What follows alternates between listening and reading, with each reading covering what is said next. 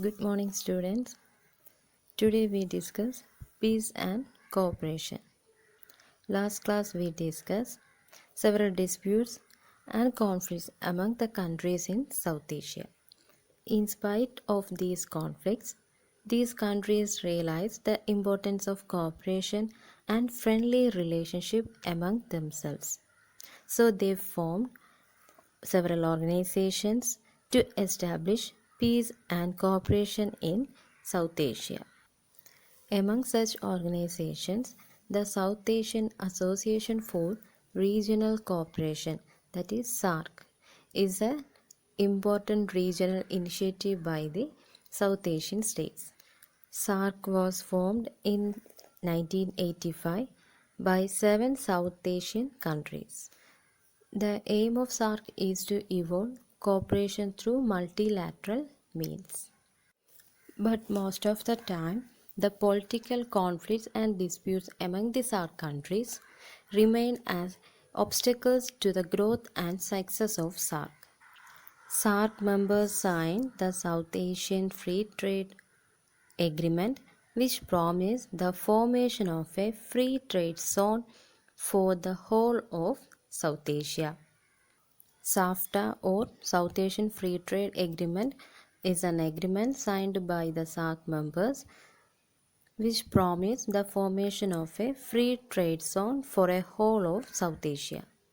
And it was believed that a new era of peace and cooperation will emerge in South Asia if all countries of this region allow free trade across the borders.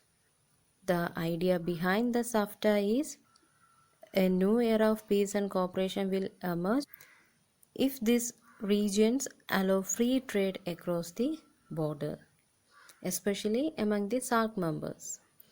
The SAFTA agreement was signed in 2004, but it came into force in January 2006. SAFTA aims at lowering trade tariffs by 20% by 2007. The neighboring countries of India fear that SAFTA is an instrument of India to invade their market and influence their societies and politics through commercial ventures and a commercial presence in their countries. But the SAFTA was formed with the aim of a new era of peace and cooperation, establishment of a new era of peace and cooperation, and to allow a free trade across the borders, and also it aims the lowering of trade tariffs. But most of the neighboring countries fear that SAFTA is an instrument of India to influence their political and economical activities of their country. India thinks that all countries will get real economic benefits from SAFTA, and it also believes that a free trade region will be able to cooperate better on political issues. At the same time, some people in India think that SAFTA is not at all important, as India has already made bilateral agreement with Bhutan, Nepal and Sri Lanka.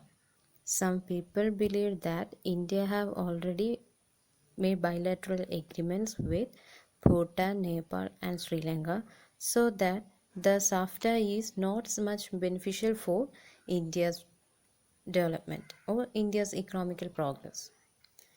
There have been made several attempts to improve the relations between India and Pakistan. The two countries have agreed to undertake confidence building measures to reduce the risk of war. Social activists and eminent personalities worked together to create an atmosphere of friendship among the people of both countries. Leaders have met summits to understand each other better and to find solutions to the major problems between the two neighbors. Several bus routes have been opened up between India and Pakistan, and trade between the two parts of Punjab has increased considerably in the last 5 years, and visas are issued easily. Confidence building means to build mutual trust between countries. No region exists in a vacuum. Vacuum means emptiness. So it will be influenced by external powers and external events. China and United States are the key players of South Asian politics. Indo-China relations have improved significantly in the last 10 years, but China's strategic partnership with Pakistan still remains irritant in the relations between the two countries. The demand for development and globalization have strengthened the economic relation between these two countries since 1991.